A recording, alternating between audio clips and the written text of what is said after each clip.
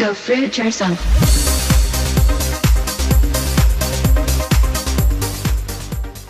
Hey Fruit Bats, it's Really the Banana Girl here. Welcome to another episode. Today I want to talk about a young girl who actually passed away recently. She was a YouTube celebrity. Her name was Talia Joy.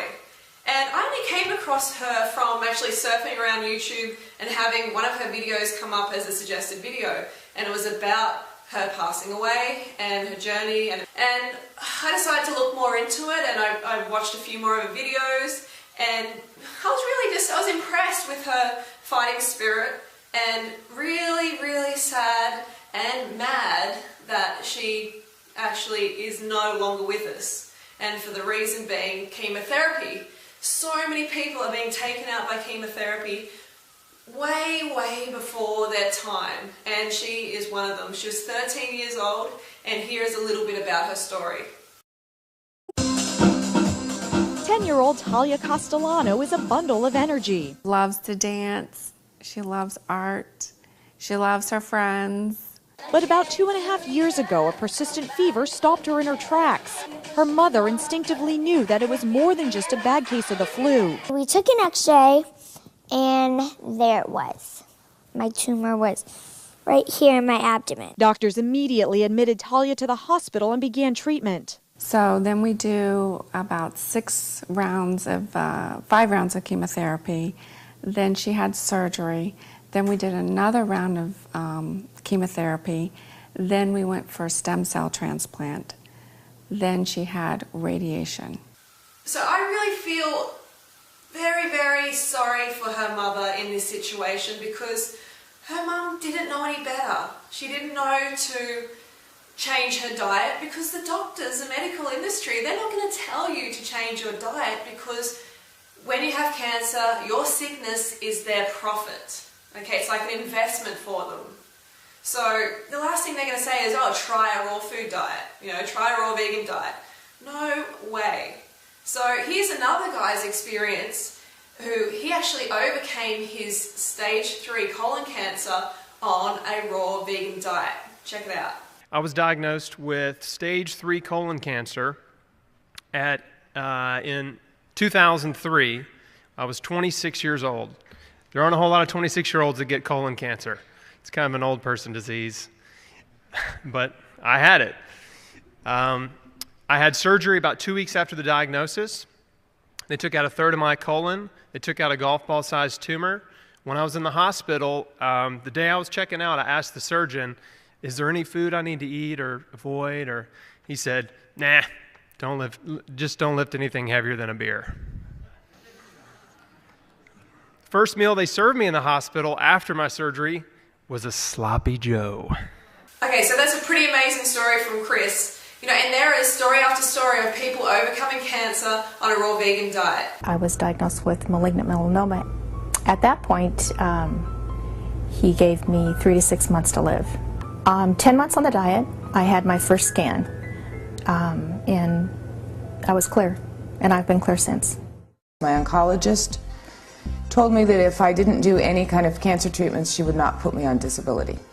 So I was not put on disability. And within 6 days, after being in bed for 9 months, after 6 days I was able to get up, and I took my first shower. My doctor told me I would die in 6 months to a year at the maximum. The lump that was in my breast was about the size of $0.50. In 1 month, it was about the size of a dime. That's how dramatically it shrunk. I asked him what other alternative therapies were available, and he said none. There are none. If you don't do chemotherapy, you're insane. I asked him about the raw foods diet because I'd been reading up on it. He said, that'll fight the chemo. You can't do that. I knew I was onto something when he said that. I asked him, no, he also said to me, look, I'm not telling you this because I need your business. Why would you say that? That was the furthest thing from my mind. But then when he said it, I was like, oh, wow, yeah, this is a business, isn't it? Over the years, I've come to learn that when something doesn't make sense, if you follow the money, you'll usually find the answer. that's when I learned about the business of cancer. As you will soon discover, the search for a cure is hardly the altruistic endeavor you've been led to believe. In fact, it's quite the opposite. Even worse, when you look at the hard numbers, our current cancer treatments are appallingly ineffective. But when it comes to taking money from people by making false claims, no one does it better than conventional mainstream medicine. A cure is just around the corner has been the standard public relations pitch used to pump money into the cancer industry. The medical profession generally considers any drug with less than 30% effectiveness to be no better than a placebo. What you see from studies conducted over the last 50 years is that for our major cancers, the effectiveness of conventional treatments is far less than a sugar pill.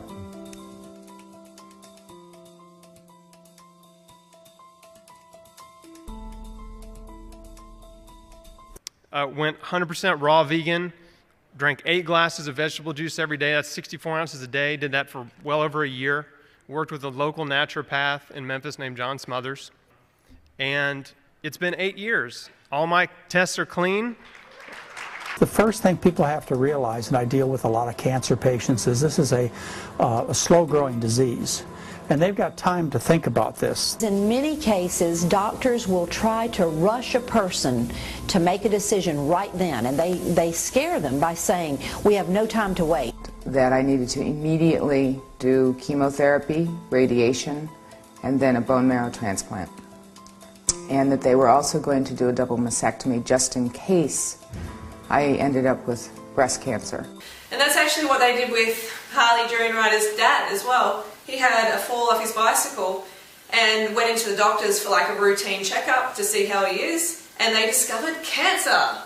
Okay, so this is cancer that was probably with him for about 20 or 30 years. But the oncologist is like, well, you know, you've got to get this checked out straight away. We've got to get you into chemo. We've got to, you know, this could end your life within the next couple of months if we don't work on it now. So Harley's dad ended up getting chemotherapy, and within how long, Harley? 6 weeks. Within 6 weeks, he was dead.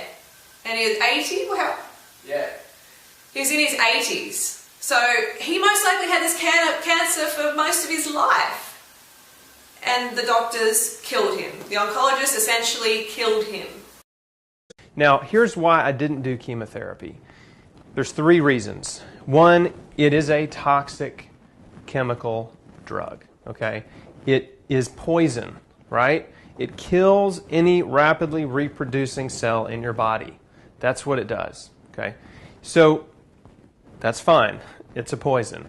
Number 2 is it causes secondary cancers, right? There's no doctor that will deny or argue with the fact that chemotherapy is also carcinogenic, right? That's why when they administer it, they have to wear 2 sets of gloves. And if it spills on the floor, there's this very specific procedure to clean it up. They cannot get it on their skin. The nurses will not, I mean, they have to protect their skin from the drug they're putting in your veins, right? So even before I knew a whole lot about chemotherapy, I didn't have a real good feeling about it because just the whole idea of poisoning your way back to health didn't really sit right with me, okay? But what do I know? I'm just, you know, just an average guy, and for me, what I was doing really had to make sense, and I had to believe in it. If I really believed in chemotherapy, maybe it would have worked. I don't know. But the third thing about chemotherapy that is really, really probably the main reason I didn't do it is it destroys your immune system. When it's killing rapidly reproducing cells, one of the main parts of your anatomy that it destroys are your white blood cells. And even if you have cancer, your body is fighting it. Your body is containing it, right? You're not well, you're sick, but your immune system is the reason it's not all over your body. Okay? If you have a tumor, the reason it's contained and it's not in your brain and in your lungs and your liver, your body is fighting it, trying to control it. Okay? You may have a suppressed immune system. Your body could be overloaded with toxins or both. But what chemotherapy does is it destroys that immune system. And so I bet everyone in this room has probably heard this story from somebody with cancer. They got cancer, they went through surgery, they had chemotherapy, A few months go by, big announcement, there's no evidence of cancer, it's gone. Everybody's so excited, right? And then a few months later to a year later, it's back. But this time, it's all over their body. It's just like taken over. And that's why. It's because their immune system is gone. And it causes secondary cancer. So you've got this double whammy effect with chemo. So that's what we're dealing with, folks. Don't dismiss alternative therapy. Don't dismiss a raw food diet, the power of a raw vegan and a vegan diet, because that is what heals your body. Chemotherapy, poisoning your cells, does not heal your body. How can you get well? By taking poison, by injecting poison into your veins. All it does is poison, poison. You cannot heal with poison. It's about time the truth came out. I'm so angry people have to die from all this rubbish, from this propaganda that we keep being fed day after day. And if you ever speak out against the white coats, you're like some conspiracy theorist, some nutcase, some loony vegetarian. And that's just absolute rubbish. So please start thinking for yourself. Alright, so I hope that helped. I will be with you again on Monday, and have a great weekend. I'm going to actually be traveling to Thailand and to New York City. Thailand next week, and then New York in a few weeks. So I'm not sure how the video is going to go, but I'll structure them somehow. But make sure you stay tuned. Alright, don't forget to go fruit or root yourself. See you soon. Banana Girl.